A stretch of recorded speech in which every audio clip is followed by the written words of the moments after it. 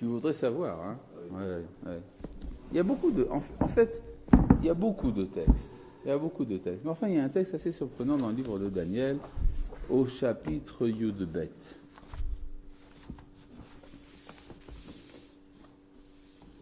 Au chapitre Yud-Bet, verset Aleph. Uvaet haï. En ce temps-là, Ya'amod Michael, se lèvera Michael. Assar Agadol, le grand prince, l'ange. Haomed al bene amecha, qui se tient au-dessus des fils de ton peuple. Ça, c'est ce qui est révélé à Daniel. Vehaïta et tsara, et ce sera un moment de malheur. Asher lo nihiyeta miyod goy, comme il n'y en a pas eu depuis qu'il y a une nation. Ada etaï, jusqu'à ce moment-là. Uva etaï, et à cette époque-là, yimalet amecha, ton peuple sera sauvé. Kol hanimtsa katuv basefer, tous ceux qui sont inscrits, que l'on trouve inscrits dans le livre. Bon, ici on a expliqué un peu plus. D'abord, on nous raconte qu'un peu avant la libération du peuple d'Israël, il y aura un moment de malheur qui sera le pire de toute l'histoire. D'accord ? C'est indiqué. Il est dit également qu'une partie du peuple sera sauvée. Et la partie du peuple qui sera sauvée, d'après Daniel, c'est ceux qui seront trouvés inscrits dans le livre. Ça veut dire quoi être inscrit dans le livre ? Eh bien pour cela, il faut se référer à un verset du livre de Zecharia qui nous dit « Vaya anishar betzion vanotar birushalayim » tous ceux qui resteront à Tzion et qui resteront à Jérusalem, « Kadosh ye'amerlo » seront déclarés saints, « Kol hakatuv lechaim birushalayim » tous ceux qui sont inscrits pour la vie sont à Jérusalem. C'est-à-dire que ce que nous annonce déjà le prophète, c'est que la Shoah n'atteindra pas Eretz Israël.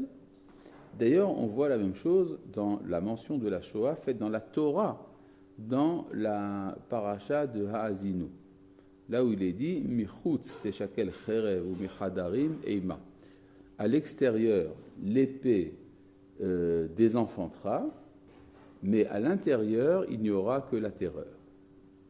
Gam Bachur, Gam Betula, Yonek Imish Seva, aussi bien les jeunes gens que les jeunes filles, et les nourrissons et les hommes âgés. N'est-ce pas ? C'est-à-dire qu'il est question là-bas également de la différence entre Michutz et Mechadarim. Michutz qui est à l'extérieur et ce qui est à l'intérieur. L'intérieur, c'est Eretz Israël. Oui ? Pourquoi tout le monde n'est pas mort dans la Shoah ? C'est ça la question qui se pose. Il n'est pas dit que tout le monde y passe. C'est-à-dire qu'en Eretz Israël, il n'y aura pas. Oui, il n'est pas dit que tout le monde disparaîtra. Mais il dit que ceux qui sont en Eretz Israël seront sauvés. Effectivement, on voit, il y a un phénomène historique. C'est-à-dire que la Shoah n'est pas arrivée... Comment ? C'est-à-dire que les armées allemandes sont arrivées jusqu'à El Alamein en Égypte, par le nord jusqu'en Géorgie, et que par un mouvement de tenaille, il était question de s'emparer du Proche-Orient. Et miraculeusement, carrément, enfin disons, les récits qu'on raconte de cette époque, font que, pour des raisons mystérieuses, les armées allemandes n'ont pas réussi à aller plus loin. Et disons, en Eretz Israël, on se préparait déjà à une Shoah. On savait très bien ce que les Allemands voulaient faire, etc. Donc, il y avait ici quelque chose qui était déjà annoncé. Par exemple...